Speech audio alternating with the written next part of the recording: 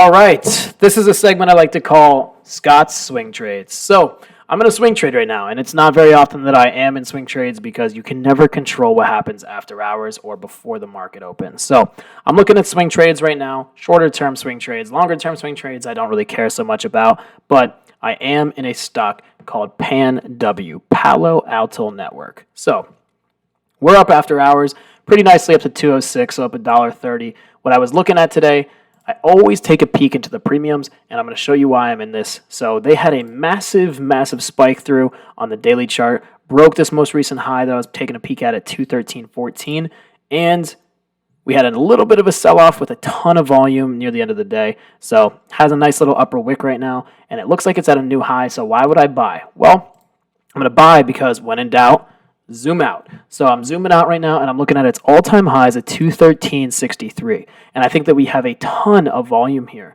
Tons and tons and tons of volume coming from, I'm pretty sure it was an earnings report. I could be completely wrong. Doesn't matter to me. Price action, regardless, is looking really good to me. So I ended up taking this play. So I'm zooming in on the daily chart. Looks beautiful. Finished above this high. And at the end of the day today, we were running. So if you look at the last 15 minutes, we had a nice spike up. Why did I take this trade? Well, I see that 213 pullback, and I started to scale in right around this level down here. Was down a little bit over here, but then I saw the end of day spike, and now we're continuing to climb towards that 206 mark. So when I look at the option premiums, the reason that I take it is not just because the chart setup is there, and it's not just because volume is there, and I usually don't swing this. I'm currently down $75 on the position. I only have about $1,500 within this position, but like I said, I like to keep my swings a little bit less risky, but I think I could still make about $3K on this trade. So the reason I'm in, you can tell exactly which ones I'm in. I bought one more near the end of the day, and I caught some of that spike up.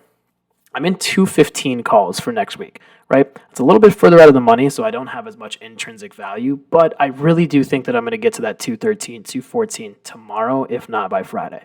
And if not, then I'm probably going to cut the trade because I don't really trade Palo Alto, but I do really like this price action. So you can see down here, I'm down $75 on the position, up 25 on the one contract here, and I'm down $75 on the 10 contracts I have for 215. So when I look at these option premiums, I look at what's happening in the money, right? So I'm currently in the money right now after hours, not currently. So these will probably be worth about 500 some tomorrow. So I'll be up about 100 some dollars, and these ones will be up about, I don't know, $30 a piece, maybe 20, so $200. I could ultimately be up like $300 on the trade at open if we open around 206 where it's at right now. That's great. That's not what I'm going for. I don't care about $200. I want decent money, and I want a really fat percent return. I don't care about dollar value. I care about percentage, and it's all about my risk to reward.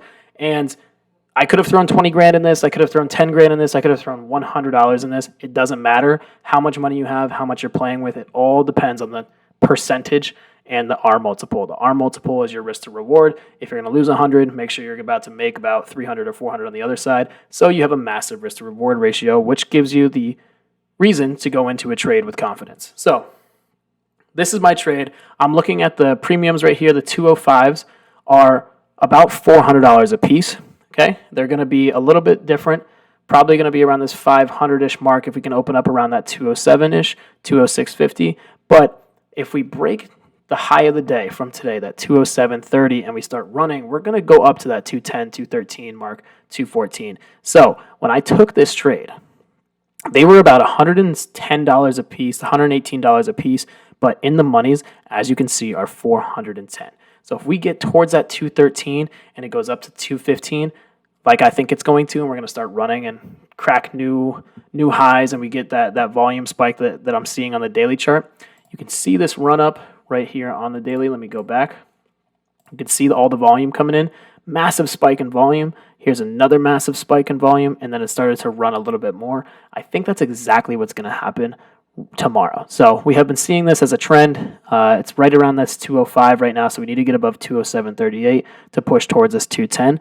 And I might start scaling out a little bit around that 210, 212 because I think I'm going to make about $2,000 off of it. So when I'm looking at the trade tab, I think at these 115s, if it starts to move about $10 around that 214, then these $215 are going to be right around 305, 300, which would put me about $1,000 or $2,000 a piece on these $10 contracts, and these contracts would be around about $300. So I could be making about $2,300, $2,400 off of a trade that I only put about $1,400 into. So really, really great risk to reward ratio, and I think that my stop loss is going to be around $400. So I've been looking at this all-time high break. I'm playing that all-time high break on the weekly chart with the daily volume. That is my swing trade. That is the Scott swing, and this is going to be a new segment, but there probably won't be too many videos because I hate swing trading and I can't control it. But if it does go my way and goes above that 213.63 tomorrow or by Friday, then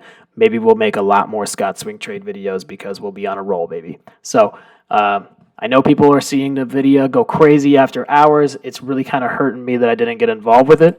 But currently at 380, it did hit some action of 395, so I am going to put this as a support or resistance line, so I can probably trade it into tomorrow, and then we will see what the price action brings us.